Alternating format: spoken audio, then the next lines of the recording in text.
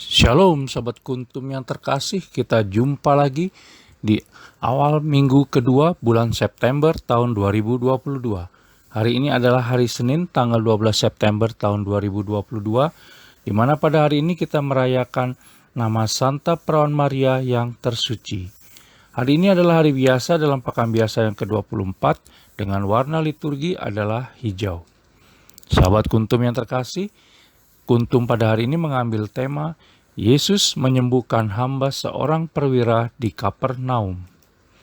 Sahabat kuntum yang terkasih, struktur bacaan kita pada hari ini terdiri dari bacaan pertama yang diambil dari kitab 1 Korintus 11 ayat 17 sampai dengan 26. Mazmur tanggapan diambil dari kitab Mazmur 40 ayat 7 sampai dengan 10 dan ayat 17. Bait pengantar Injil diambil dari Injil Yohanes 3 ayat 16. Dan Injil pada hari ini diambil dari Injil Lukas 7 ayat 1 sampai dengan 10. Bacaan Injil pada hari ini dapat kita baca pula dalam Injil Matius 8 ayat 5 sampai dengan 13 dan Injil Yohanes 4 ayat 46 sampai dengan 53. Bacaan Injil pada hari ini sama dengan bacaan Injil pada hari Senin tanggal 13 September tahun 2021 dan tanggal 16 September tahun 2019. Baik sahabat kuntum yang terkasih, saya akan bacakan bacaan Injil kita pada hari ini yang diambil dari Injil Lukas 7 ayat 1 sampai dengan 10. Yesus menyembuhkan hamba seorang perwira di Kapernaum. Setelah Yesus selesai berbicara di depan orang banyak, masuklah ia ke Kapernaum. Di situ ada seorang perwira yang mempunyai seorang hamba yang sangat dihargainya. Hamba itu sedang sakit keras dan hampir mati. Ketika perwira itu mendengar tentang Yesus, ia menyuruh beberapa orang tua-tua Yahudi kepadanya untuk meminta supaya ia datang dan menyembuhkan hambanya. Mereka datang kepada Yesus dan dengan sangat mereka meminta pertolongannya. Katanya, ia layak engkau tolong, sebab ia mengasihi bangsa kita, dan dialah yang menanggung pembangunan rumah ibadat kami. Lalu Yesus pergi bersama-sama dengan mereka. Ketika ia tidak jauh lagi dari rumah perwira itu menyuruh sahabat-sahabatnya untuk mengatakan kepadanya, "Tuan, janganlah bersusah-susah, sebab aku tidak layak menerima Tuan di dalam rumahku. Sebab itu aku juga menganggap diriku tidak layak untuk datang kepadamu. Tetapi katakan saja sepatah kata, maka hambaku itu akan sembuh. Sebab aku sendiri seorang bawahan, dan di bawahku ada pula prajurit.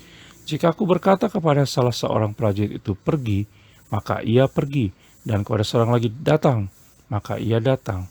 Ataupun kepada hambaku, kerjakanlah ini, maka ia mengerjakannya." Setelah Yesus mendengar perkataan itu, ia heran akan dia, dan sambil berpaling kepada orang banyak yang mengikuti dia, ia berkata, "Aku berkata kepadamu, iman sebesar ini tidak pernah aku jumpai, sekalipun di antara orang Israel." Dan setelah orang-orang yang disuruh itu kembali ke rumah, didapatinya lah hamba itu telah sehat kembali. Demikianlah sabda Tuhan, terpujilah Kristus. Sahabat kuntum yang terkasih, sebelum saya lanjutkan dengan renungan pagi kita, jangan lupa untuk menekan terlebih dahulu tombol like dan subscribe yang ada di bawah video kuntum ini, agar kuntum dapat terus berkembang semakin lebih baik di masa yang akan datang. Sebelumnya saya sampaikan terima kasih. Baik, saya akan lanjutkan renungan kita pada pagi hari ini, di mana setelah mukjizat pertama Yesus Kristus dalam pesta perkawinan di Kana, maka bacaan Injil pada hari ini yang diambil dari Injil Lukas 7 ayat 1 sampai dengan 10, bercerita tentang tanda kedua yang dibuatnya ketika di Kapernaum dalam perjalanan pulang dari Yudea ke Galilea, di mana ia menyembuhkan hamba seorang perwira yang sedang sakit keras dan hampir mati dari jarak jauh dan tidak berhadap-hadapan. Kutipan bacaan Injil pada hari ini, khususnya pada ayat 7, dan setelah mengalami penyesuaian, tentunya sering kita dengar saat persiapan menyambut Ekaristi dalam perayaan Misa Kudus. Sahabat kuntum yang terkasih, dari sikap perwira tersebut, kita bisa belajar beberapa hal. Antara lain yang pertama, untuk lebih peduli pada sesama termasuk keluarga kita sendiri.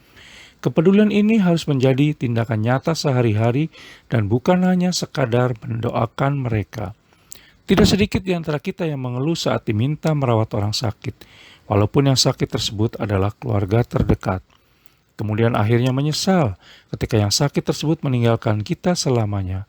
Penyesalan muncul karena merasa belum sempat memberikan yang terbaik semasa hidupnya. Yang kedua, untuk mengakui bahwa Yesus Kristus dan kuasanya lebih kuat dari siapapun di dunia ini, serta mampu menyembuhkan dan memulihkan hidup. Perwira tersebut memilih rendah hati dan mendasarkan imannya kepada Yesus Kristus. Kekuasaannya tidak akan menyelamatkan dan menyembuhkan hambanya, tetapi iman dan kerendahan hatinya lah yang akhirnya membuat Yesus Kristus tergerak dan bertindak. Dari kerendahan hati menjadi ketaatan. Sahabat Kuntum yang terkasih, di dalam iman kita harus percaya bahwa Allah Tritunggal Maha Kudus sudah menyelesaikan semua permasalahan kita. Hanya waktu yang berbeda pada setiap orang. Ada banyak proses untuk menjadi orang beriman dan semua sesuai dengan rahmat yang didapat dari Allah Tritunggal Maha Kudus. Bagian kita adalah bertekun untuk terus-menerus berserah diri dan percaya kepada Allah Tritunggal Maha Kudus sambil menunggu waktunya.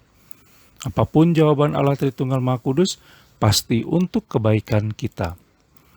Pertanyaannya sekarang adalah, bagaimana dengan kita selama ini?